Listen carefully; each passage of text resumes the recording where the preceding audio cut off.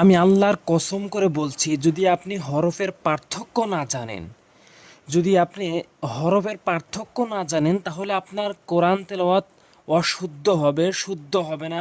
আর এরকম তেলাওয়াতে আপনার নামাজ ভেঙে যাবে।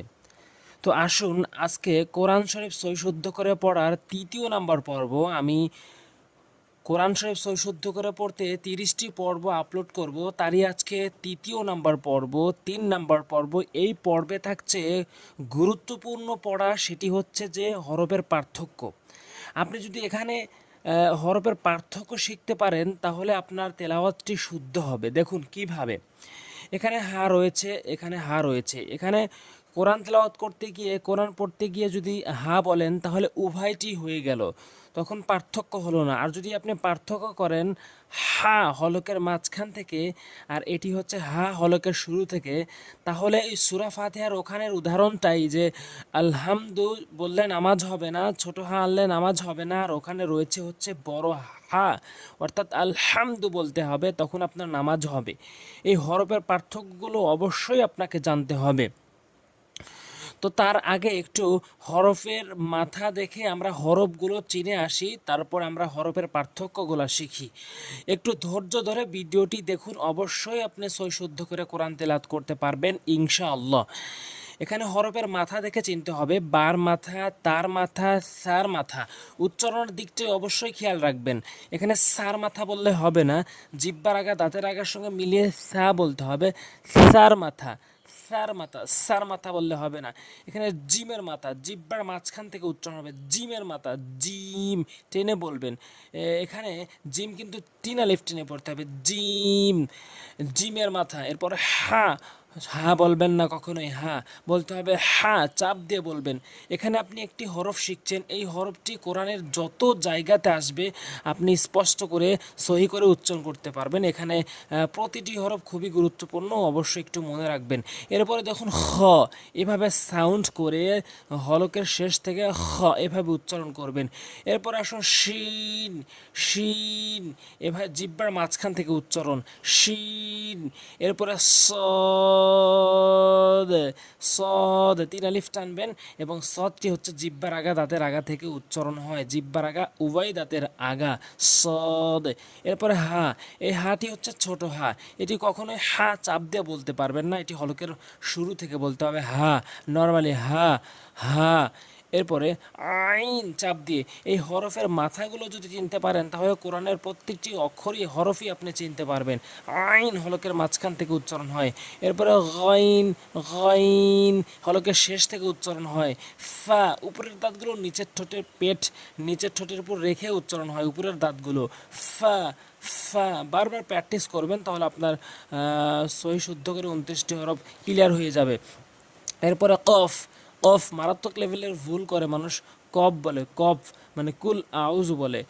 সূরা ইখলাস, সূরা নাস ও সূরা ফালাকের ওখানে মারাত্মক লেভেলের ভুল করে। আমি একটি উদাহরণ বারবার দিই এই জন্য যে যাতে করে আপনার ওই উদাহরণগুলো মনে থাকে এবং সেখানে শুদ্ধ করে তেলাওয়াত করতে পারেন। এরপরে কাফ, কাফ জিহ্বার গোড়া হতে একটু আগে বাড়াইয়া কাফ উচ্চারণ হয়, কাফ, কাফ বারবার প্র্যাকটিস করবেন। নুন, এটা মুখ গোলাকার করে উচ্চারণ করবেন। এরপর ইয়া, ইয়া জিহ্বার মাঝখান থেকে উপরে তালু, ইয়া, ইয়া। এরপরে লাম, তারপর বদ। এই নিচের হরফটি, এই নিচের পড়াটি খুবই গুরুত্বপূর্ণ, কারণ হরফের পার্থক্য শিখলেই আপনি সহি শুদ্ধ করে শিখতে পারবেন। দেখুন এখানে মনোযোগ সহকারে 1 মিনিট খেয়াল করুন। হা, এটি হচ্ছে হা, হা, হা। বাংলাতে উভয়টাই হচ্ছে, বাংলার অক্ষর হচ্ছে হ, কিন্তু এখানে পার্থক্যটা হচ্ছে হলকের মাঝখান থেকে এবং হলকের শুরু থেকে।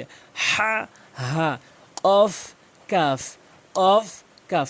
এই কফ আর কাফের ভিতরে রাত দিন তফাত, অর্থাৎ কফটি হচ্ছে জিহ্বার গোড়া উপরে তালু, আর কাফটি হচ্ছে জিহ্বার গোড়া হতে একটু আগে বাড়াইয়া উপরে তালু। তো কফটি অবশ্যই ভালো করে উচ্চারণ করবেন, কফ ধাক্কা দিয়ে, কফ। আর এটি ধাক্কা দিয়ে নয়, জিহ্বার গোড়া হতে একটু আগে বাড়াইয়া উপরে তালুর সঙ্গে, কাফ, কাফ। জিম, জিহ্বার মাঝখান থেকে উপরে তালু, জিম। ঝা, ঝা, ঝা। এভাবে উচ্চারণ করবেন। যা হচ্ছে জিহ্বার আগাটি নিয়ে উপরের নিচে দুইটি দাঁতের আগাতে লাগাবেন, তাহলে এই জাটি সঠিক উচ্চারণ হবে। এরপরে ল, জিহ্বার আগা, ল এবং জাল জিহ্বার আগা থেকে উচ্চারণ হয়, দাঁতের আগা জিহ্বার আগা। আর পার্থক্যর দিকটা হচ্ছে লটা পুর হয় আর জালটা মুখ গোল হয়। ল মুখটা অবশ্য গোল হয়েছে। ল ল, এরপরে জাল জাল জাল। এরপর আসুন ত, তার মধ্যে পার্থক্য। এই ত তা উভয়টি জিহ্বার আগা এবং উভয় দাঁতের গোড়া থেকে উচ্চারণ হয়। জিহ্বার আগা উপরে, দুই দাঁতের গোড়া থেকে উচ্চারণ হয়। পার্থক্যটা হচ্ছে তটা মুখ গোল হবে প প, আর তাটা হচ্ছে মুখটা একটু ওসার হবে তা তা।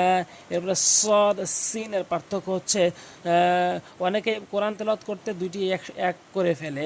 সদটি হচ্ছে জিহ্বার আগা উভয় দাঁতের আগা, সিনটিও জিহ্বার আগা উভয় দাঁতের আগা।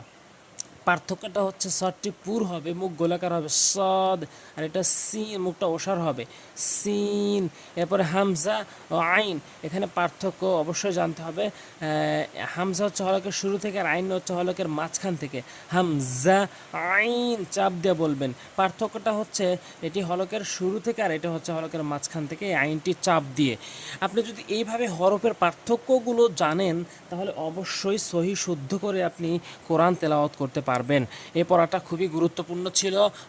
পুরো ভিডিওটি দেখবেন। আজ এ পর্যন্তই। পরবর্তী ভিডিওগুলো পাওয়ার জন্য অবশ্যই সাবস্ক্রাইব করবেন আর ভিডিওগুলোতে লাইক করবেন আর শেয়ার করবেন যাতে করে প্রত্যেকে শিখতে পারে। আজ এ পর্যন্তই। আসসালামু আলাইকুম ওয়া রাহমাতুল্লাহ।